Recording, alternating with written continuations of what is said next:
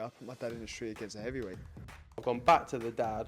I've punched him a few more times. 5 blokes outside my front door. Can you come and help One me? hell of a fucking story, so stay tuned.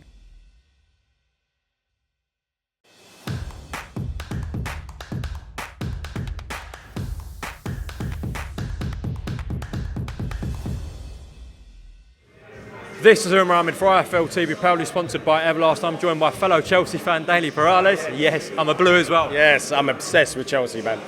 Yeah, it's not going great at the moment after the weekend, so we won't talk about that anymore. But yeah, you got obviously Deji on this weekend, Daley. But before all that, I went on Instagram a few weeks ago, and you were talking perhaps about having a fight yourself. Is that going to happen? You know what? For me to even step in a ring again, because my thing is that I'm a professional boxing coach, yeah, and that takes up all my time. Yeah, I've also got a family at home, you know, wife and kids. So for me to even step in the ring in an influencer YouTube type of boxing fight, then they would have to pay me well. You know what I mean? But so because I've got family, and that's it. Family comes first. So pay me well, then I might have a little rumble. But my focus is obviously coaching. Is there any potential opponents in mind or not? No, not really. For some reason, I've had this guy called Anthony Pretty Boy Taylor. Oh, yeah. Yeah, he just added me out of nowhere and just started talking rubbish. I don't know why. The one who fought Tommy Fury. Yeah, so off the back of interview I done about Deji, I just said, oh, he looks good in training. Sometimes I like to get in there with my fighters, also with my pros, and, you know, lightly spar with them. And all I said is Deji cracked me on my jaw. That's how I know he's ready, because he's focused. And normally I can avoid every single punch of Deji. And then he just added me and just said, oh, well, if Deji can catch you, I for sure can knock you out. I was like, what the hell? What's he coming at me like that for? But I've seen all these fights, man. It's nothing to worry about. If it came down to it, nothing to worry about. All right, talk to me about this Saturday in the card. What sort of opponents Deji got? What can we expect from Deji this Saturday night? Deji loses if he loses, it's down to him, not because of his opponent.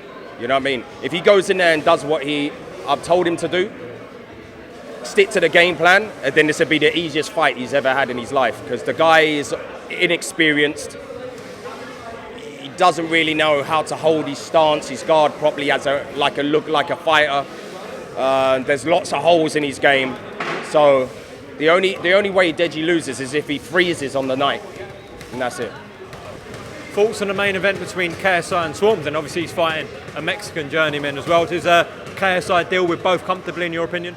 Yeah, I think, I mean, I was saying earlier, in the YouTube world, you know, it might be a surprise to them that he's fighting twice on one night. But from our world, in professional boxing, you only have to go back to prize fighter. Then you have Ultimate Boxer. They have loads of fights on one night. So this is nothing new to me. So I expect KSI to deal with Swarms quite easy. The first round might be a bit tricky if he doesn't get out of there, because if one thing I've learned in all my experiences, I would rather spar and fight another pro than fight a novice, because novices, their hands are all over the place. You don't know where their shots are coming from. So it takes you a bit more time to get used to what they're doing. So when KSI does that, and then it's the end. The other guy, I think he's 3 and 5, I think. I might be wrong, but I think it's 3 and 5. 3 and 5, and out of the 5, he's been knocked out 4 times out of the 5 losses. So I expect him to, dispatch him. Probably one round, no more than 2 for both of them, Swarms and the other guy. We know Jake Paul's going to be in town this week. Do you think ultimately that fight definitely will happen between KSI and Jake Paul? I hope it does. Obviously, in this YouTube world, people say they want to fight, and then you're waiting around for it to happen. So, I mean, KSI's he's been out of the ring a long time, so in my opinion, he's going around it the right way. Like pro fighters, if you look at pro fighters, when they've had time off from the ring, they don't just get in there and fight a top tier guy. So in the YouTube world, Jake Paul is a top tier guy. So he needs to get the rust off first. So first, he'll probably do this one, and I can see him doing one more, and then 2023, then the Jake Paul fight. Okay, and just away from YouTube stuff, just to close off for this interview, want to get your thoughts on Joshua's second loss to Alexander Usyk over the weekend, and also his outburst in the ring after. Well, I've done a breakdown on this, and I was, you know, I had Usyk winning anyway, going into the fight. I just think Joshua needs to adopt a bit of the Lennox Lewis kind of style, where he doesn't put the weight too much on the front foot. He sits it more to the back, but still has authority being right in front of their face with that jab, with that presence, with that height. Also learn how the art of holding and putting your weight on someone as well, because we all seen Fury do it and what it does. And Lennox Lewis is one of my favorite heavyweights of all time. He was a master at holding, wearing people down. So I think there's not a lot Joshua has to do to tweak his game. I think if he does it, he still can be a world champion. Even Wilder, when Wilder lost, I said, remove Fury from the division, Wilder could still be a world champion.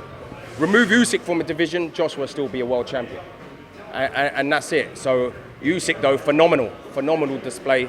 If anyone wants to learn boxing, watch Usyk and watch all the things he does. And the outburst, obviously he's going through a lot of pressure. I think in Saudi as well, all the fans were on Usyk's side. That's what it's, yeah. I think that got to him as well. So when he lost his belts and then he hasn't got the fans behind him. I think he just lost it. Was it right that he took the mic at that moment? No. I think he should have waited until Usyk had his interview. Then, if he wanted to say all that, he could in his interview afterwards. But at that moment, it was the wrong timing. But I understand his outburst at the same time.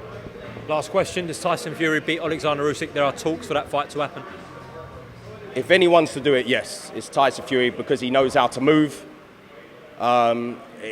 He knows how to apply pressure. Now he's with Sugar Hill. Before, Fury used to dance around a lot. As soon as he went to Sugar Hill's got him to do that Kronk style, stand in front of your face with that jab, back you up, and then use his that height, that size, and that presence. So I think Fury, for me, be the one to beat Usyk. All right, listen, appreciate your time. Go well this weekend with Deji. And when you get some fight news, if you get some fight news, we'll have a catch up then, all right, Daley? Thank you. Yeah, my dad in the street against a heavyweight. I've gone back to the dad. I've punched him a few more There's times. 5 blokes outside my front door. Can you come and help One me? hell of a fucking story, so stay tuned.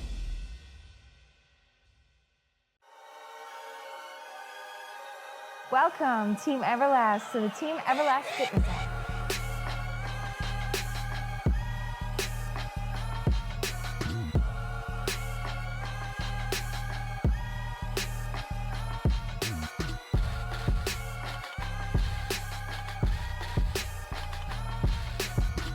Download the Everlast Fitness app and find your greatness within.